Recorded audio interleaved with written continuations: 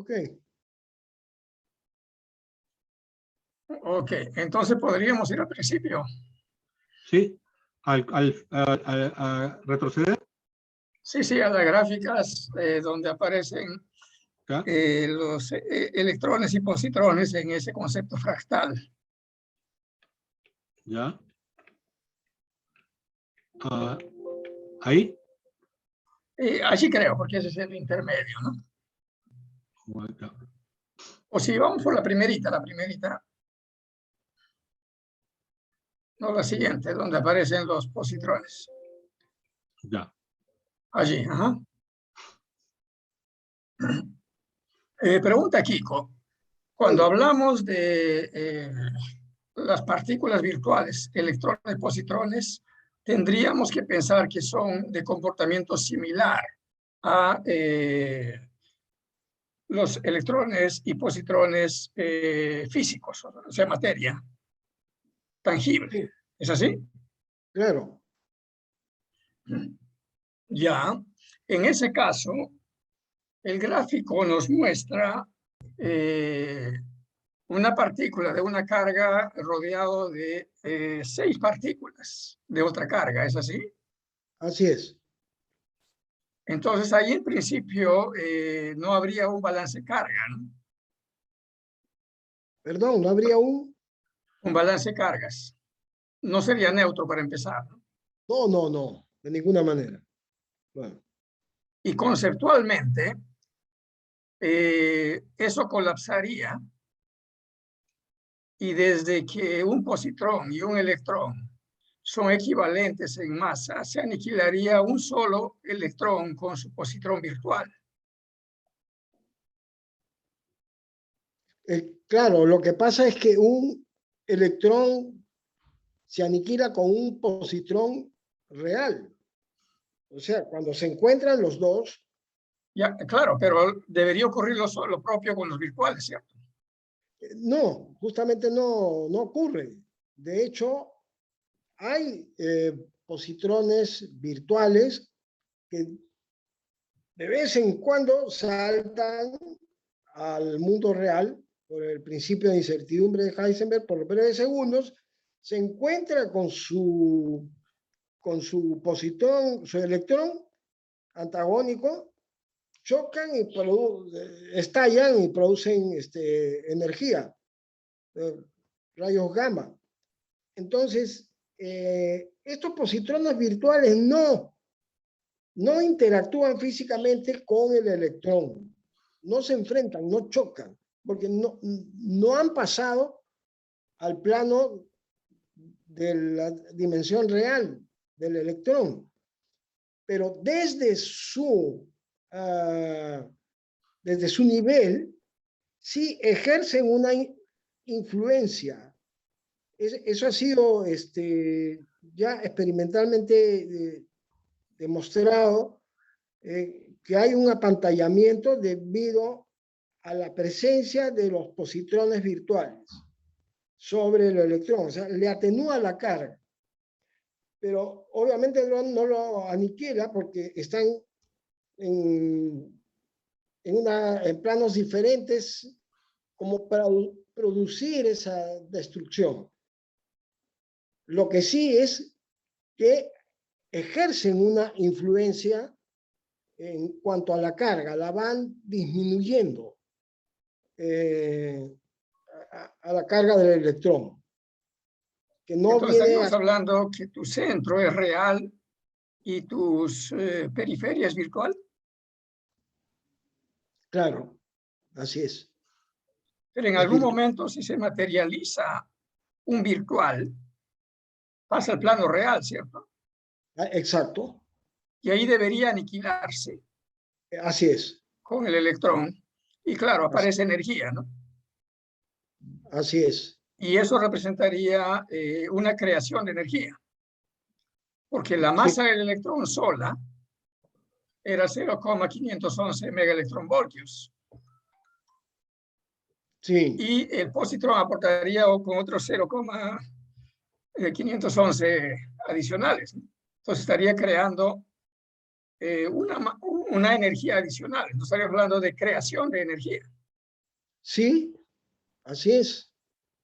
Y eso es interesante porque podría explicar de dónde viene la creación, ¿no? Del universo, cómo lo vemos, cómo se manifiesta. No, de hecho, yo le razono de la misma forma, pero no con una simetría de cantidades. Claro, eso Y habría, no entre plano real y plano virtual, sino entre planos virtuales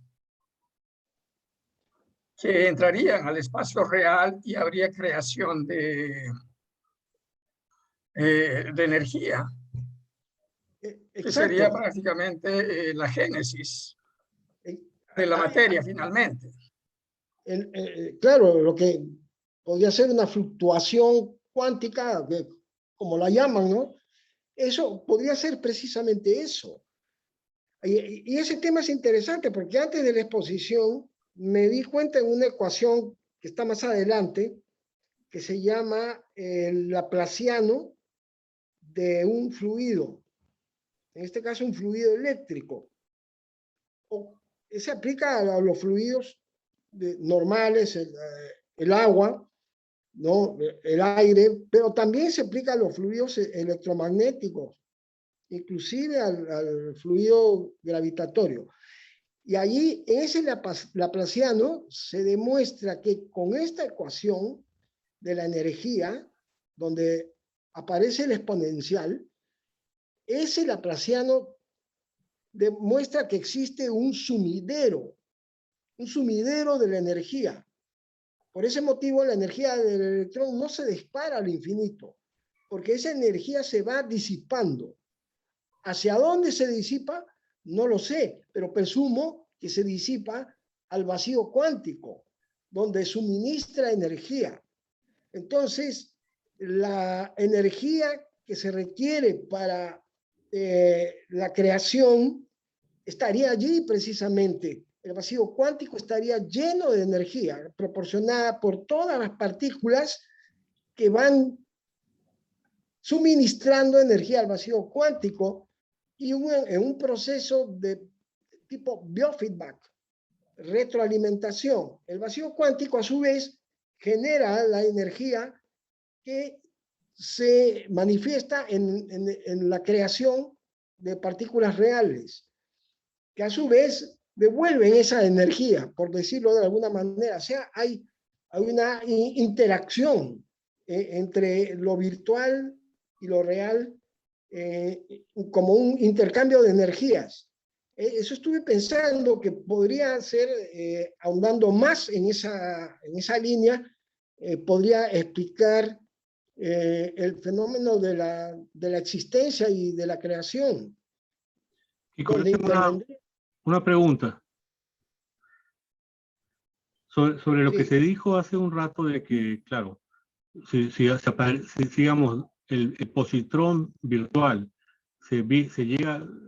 digamos, llega a la realidad, aunque sea por una fracción milésima de segundo, tendría que aniquilar al electrón. Pero creo que lo que tú dices es que ese positrón también ya llega disminuido, o sea, no llega entero, porque él también está disminuido por otras partículas que lo afectan a él, virtuales que lo afectan a él, que lo reducen a él, mejor dicho, ¿no? Por eso que la aniquilación no es total. No sé si he entendido bien. Esa es una. Y la segunda pregunta es, ¿solamente se enfrenta a un positrón virtual?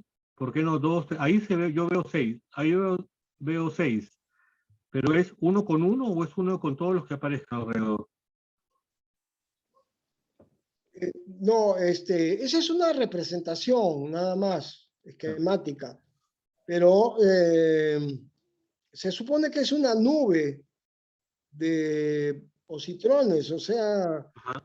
pueden ser millones o miles de millones de positrones virtuales que están ahí merodeando, digamos, a la partícula real, pero no, no pasan al nivel de la partícula real eh, por algún motivo que desconozco, eso es muy eventual, se ha registrado muy pocas veces en el laboratorio de que aparezca un positrón.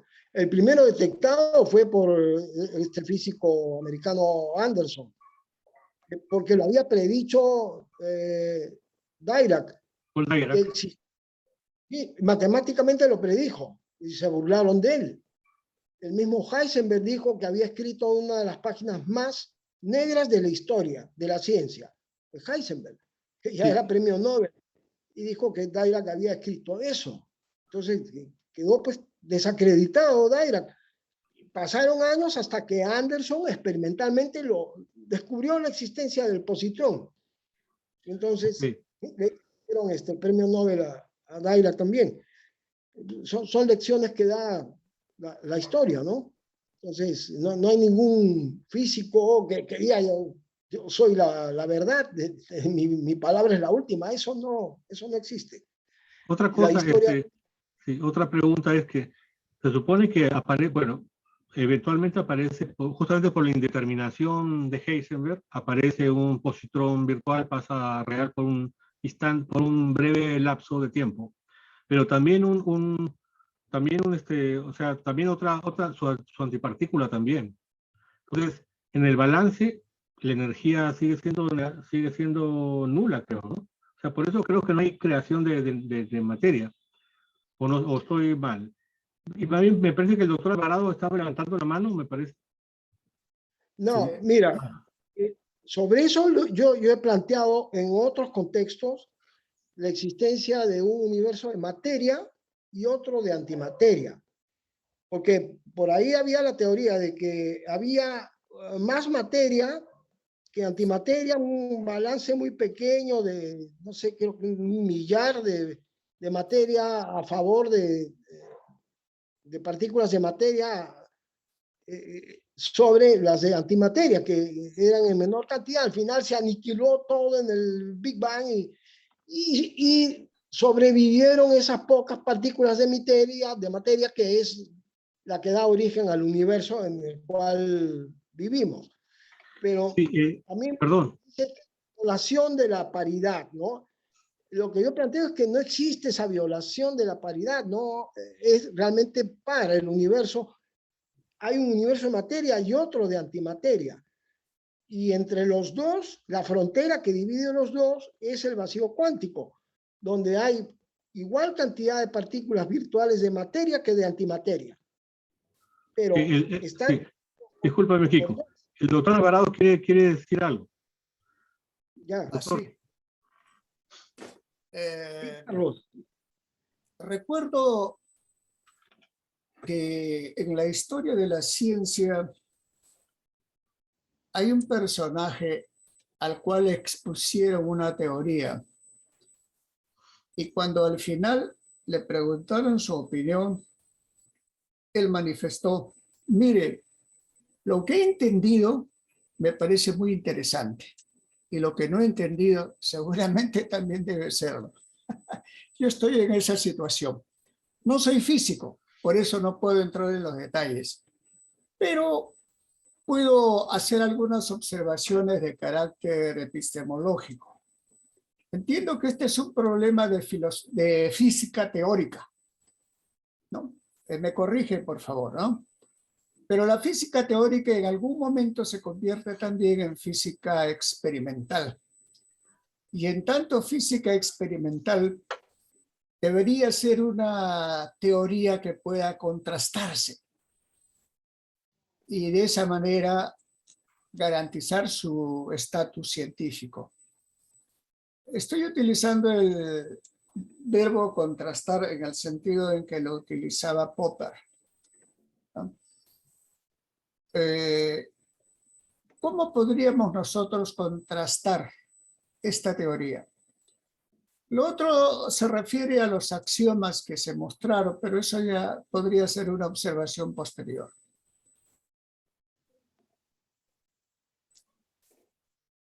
Ya.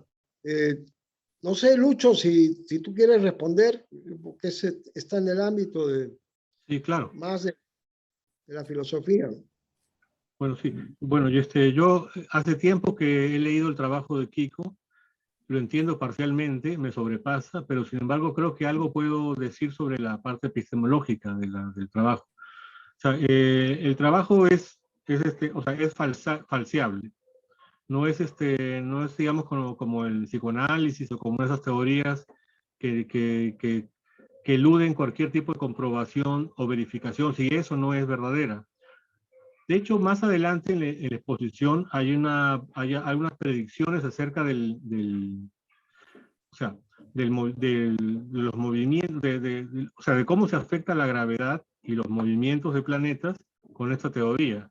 Y eso sí se puede verificar con la cosmología, entonces se puede verificar y también se puede anular. O sea, esta teoría podría ser rebatida o sustentada por la data empírica futura.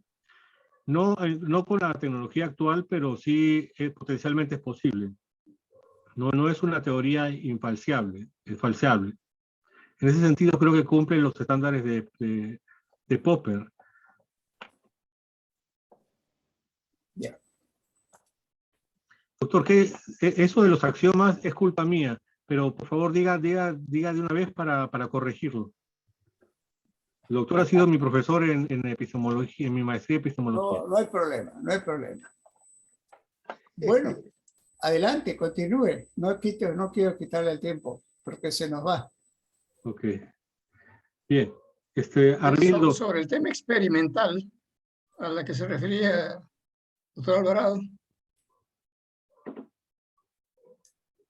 Entonces, en teoría sería factible un experimento por la aseveración de Kiko de que ese positrón virtual en algún momento se materializa como positrón real. Y los positrones reales, cuando viven lo suficiente, no tienen ninguna alternativa sino aniquilarse con los electrones, porque los electrones están por todos lados. Siempre se da que cuando aparece un positrón real, estoy hablando dentro del universo real, ¿no? Que sí aparecen porque hay desintegraciones radioactivas que emiten positrones.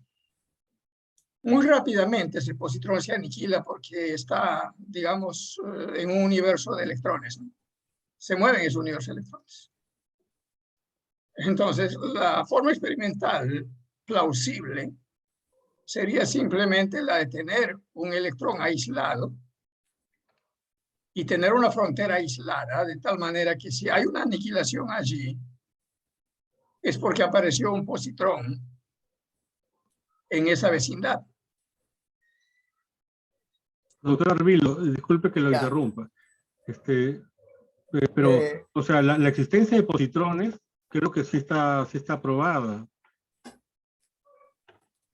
Cierto, lo hemos medido en el laboratorio un montón de veces.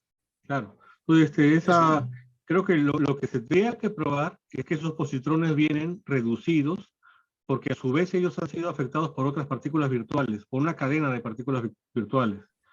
Y medir esa reducción sería una prueba de que todo esto es verdad, que no estamos en el topus uranus. Creo. ¿Me permite un ratito hacer sí, una aclaración? Sí, doctor. Cuando hablábamos de la contrastación de la teoría, asumimos de que las teorías científicas pretenden hablarnos acerca de la realidad. Y en consecuencia de ellas deberían extraerse consecuencias observables que confirmen o no la teoría. Entonces, específicamente cuando yo hablo de contrastar una teoría, entonces digo, ¿cuáles serían esas consecuencias observables? Ahora, también la teoría podría no confirmarse, en cuyo caso existe la posibilidad de que la teoría sea falsa. Pero esto no es tan simple, ¿no? Es un poco problemático, pero no sé si me he hecho entender.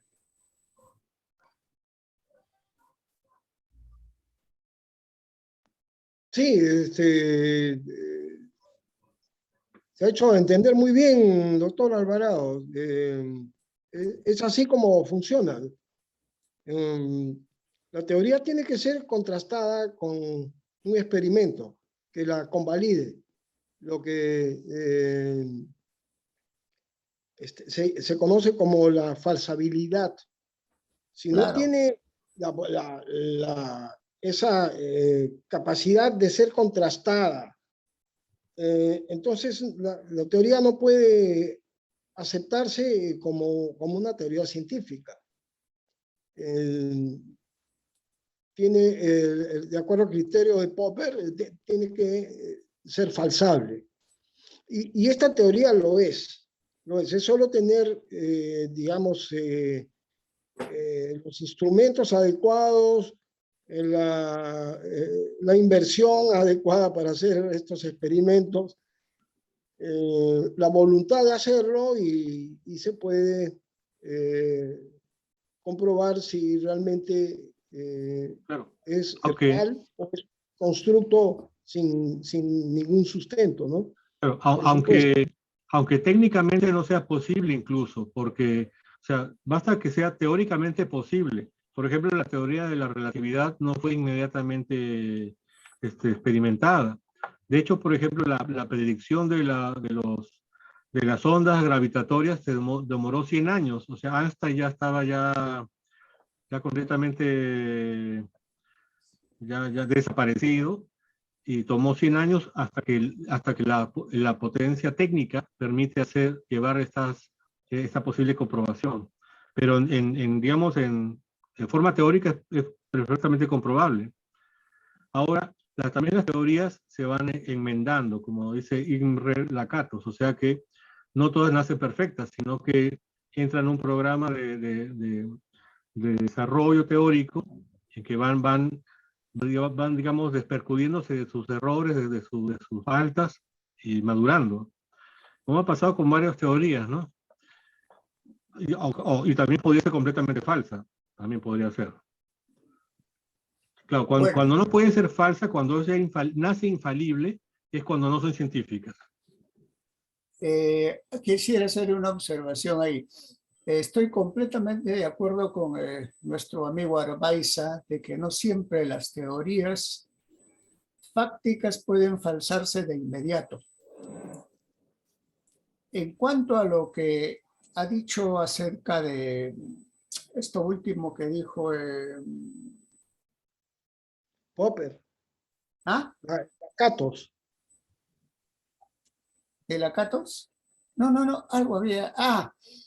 Las teorías no pueden ser ni completamente verdaderas ni completamente falsas, porque esa característica corresponde más bien a las tautologías. Pero Ajá. las tautologías no nos dicen nada acerca de la realidad. Por eso las teorías, aun cuando se confirmen en la realidad, no son totalmente verdaderas. Siempre existe la posibilidad de que no se cumplan. Y eso es precisamente lo que caracteriza pues a las teorías auténticamente científicas.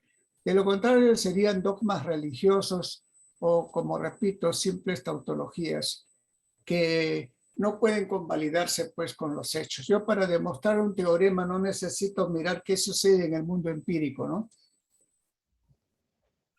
Porque es un procedimiento puramente formal, utilizando tautologías matemáticas, ¿no?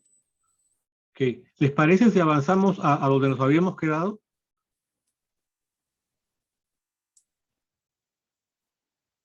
O sea, volvemos hasta donde llegamos, que era acá. No, acá. Acá estábamos, con la ley de Poisson, que yo como un burro dije Poisson. Chico, Así se continúa, por escribe, favor. Sí, no te preocupes. Claro, así es, de la pronunciación sí. francesa. Poisson es algo así como pez, ¿no? En francés. Pero algo así. Poisson creo que se dice pez, pues. No. Sí, pez, sí es pez, sí. Bueno, Kiko, entonces estábamos en esto, que que acá aparecía el concepto de dimensiones, porque tú decías, tu título de tu ponencia es mencionan las dimensiones, ¿no? Hay varias dimensiones para cada uno de estos partículas virtuales. Sí, Estas generaciones de partículas virtuales. así es. Lo que pasa es que yo hice una deducción matemática partiendo de ciertos postulados o axiomas, y partiendo de eso había una secuencia, un desarrollo matemático, y daba ese resultado, que yo no me lo esperaba. Y analizando la secuencia de esa ecuación, expandiéndola, porque matemáticamente la puedes expandir en una secuencia infinita convergente. Si fuera divergente, pues estaríamos perdiendo el tiempo, porque justamente lo que se busca es eliminar el infinito. Y entonces, en esta alternancia de valores positivos y negativos, es que se logra ese objetivo de llegar a cantidades finitas mensurables y desechar el infinito. Entonces... Sí. Quisiera hacer una interrupción, aprovechando que está el doctor Álvaro Pierola, que ha sido el profesor de epistemología, un brillante profesor de epistemología en San Marcos. Acá quisiera hacer un paréntesis sobre la diferencia entre las matemáticas puras y las matemáticas aplicadas a la física, que es lo que se llama en epistemología la diferencia entre lo que es sintaxis y semántica. O sea, tus fórmulas no son matemáticas puras en el sentido de que contienen elementos de la realidad. Por ejemplo, la masa. La masa, estamos hablando de la masa de algo que ocurre, de la masa de algo en el mundo real, ¿no es cierto? La masa del electrón, o la masa de una partícula, o de cualquier cosa del mundo real. No son solamente cosas matemáticas. Por eso digo, tus fórmulas están inyectadas de realidad y ya no es matemática pura. Entonces, es matemática aplicada al mundo real. Está inyectada de semántica, dirían los epistemólogos. ¿Qué es lo que ocurre en todas las ciencias naturales? No ocurre ni en la lógica ni en la matemática pura, ¿no? Y continúa, bueno, Kiko. Si dije bien, corríjame, doctor. Me da la cuera. No. Quería complementar, ¿no? Sí. Pero mejor esperamos al final que termine el expositor. Complemente, doctor, porque no lo dejé con la curiosidad. Bueno, esta diferencia entre lo sintáctico y lo semántico que usted ha hecho es muy interesante. Por ejemplo, las fórmulas lógicas, al igual que las fórmulas matemáticas, se mueven en el plano sintáctico. Únicamente utilizamos símbolos carentes de contenido y lo que hacemos es aplicar reglas de sintaxis lógica. Bueno, en este caso, cuando nosotros utilizamos el concepto de masa, ya le estamos dando contenido a lo que era vacío. Por ejemplo, en lógica, la variable P, la fórmula P, entonces Q, no nos dice nada acerca de la realidad. Pero si interpretamos P e interpretamos Q, es decir, si les dotamos de contenido, entonces ahí establecemos la relación entre sintaxis y semántica. Bueno. Okay. Kiko, tenemos 10 minutos más, así que avanzamos todo lo que podamos, pero creo que hasta ahorita ha sido muy rica la discusión. Entonces, ¿avanzo a una diapositiva? Sí, no, vuelve a la anterior, por favor, Luz. Ahí, si ustedes observan en el primer término, hay la distancia está elevada al cuadrado. Ajá. En el segundo término está elevado al cubo. Ajá. En el tercer término, elevado a la cuarta. Entonces, tú deduces, basado en la ley de Poisson, cuya fórmula está acá expresada, significa que el primer término está referido a la partícula real en 3 dimensiones. Y por eso la fuerza está en razón de la inversa del cuadrado de la distancia. Claro, la primera parte es nuestro mundo, digamos, nuestro mundo.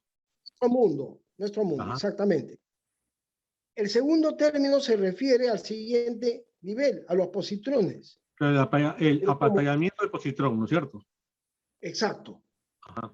Pero vemos que ese apantallamiento está en función de la inversa del cubo de la distancia. O sea, ese positrón virtual está dentro de un universo de 4 dimensiones para que el denominador esté la distancia elevada al cubo. El tercer término, que corresponde al subnivel del electrón virtual, Lo que tiene el como electrón denominador, que vemos apantalla al positrón que apantalla al otro, ¿no es cierto? exacto, ese electrón virtual, su radio, su distancia está elevada a la cuarta, o sea, está en un espacio de 5 dimensiones. Entonces, las dimensiones surgen de las ecuaciones mismas y llegas a la conclusión de que cada subnivel está inmerso en una dimensión determinada que va hasta el infinito, como una propiedad de la materia y de la energía, ¿no? Ahora, podemos pasar al gráfico. Sí, pero antes que continúes, Kiko, antes que continúes, es algo muy interesante, pero ¿no podrían acabar en las 11 dimensiones de las que habla la teoría de cuerdas? ¿Y no sería infinito? Bueno, es que en la teoría de cuerdas tú no estás hablando de partículas puntuales. La teoría de cuerdas va hasta la longitud de Planck y considera las partículas como vibraciones en una cuerda cuyo radio Sí, es de la sí. longitud. Claro, Entonces, no. estamos hablando pues de supuestos diferentes. Claro, La teoría de inconmensurable. cuerdas no es una teoría de estándar, del modelo estándar, donde sí habla de partículas puntuales. Y acá estamos basándonos en el modelo estándar. Y ese modelo estándar es el que te lleva, matemáticamente, te lleva a la conclusión de que no estamos en 11 dimensiones, sino que estamos en infinitas dimensiones que van mucho más allá de la escala de Planck, a longitudes mucho más pequeñas que la longitud de Planck. Por eso es que el modelo va más allá, diría, que inclusive la teoría de cuerdas, que va hasta las 11 dimensiones. Comprendo, Kiko. Me dijiste que avance una. Sí, avanza una, por favor. ¿Podríamos regresar un poquito a la fórmula anterior? A ver. Tengo una consulta. Sí. La R del numerador con el R cuadrado, RQ el denominador, ¿son variables diferentes? Perdón, la R del numerador. Claro, la R que acompaña a cada término. Esa R blanca, gruesa. Sí. La que está al lado derecho de cada término. Claro, ¿es R? No es R. Sí, es R. Pero eso representa el vector unitario. No es una cantidad. Ok, correcto, ya entiendo. Sí, es un vector, nada más, porque como estamos hablando de fuerzas, entonces R es un vector, nada más. ¿Ya? A ver, ahí, bájalo un poco, Lucho, para... No se puede bajar, ver. es así está como está. Ya, ok. Bueno, se ve de todas maneras. Ya, este gráfico representa precisamente la inversa del cuadrado de la distancia de la partícula real, la inversa del cubo de la distancia del positrón virtual y la inversa de la cuarta de la distancia del siguiente nivel de electrones virtuales. Y observen algo bien interesante. En la curva de arriba, déjame ver acá, ya.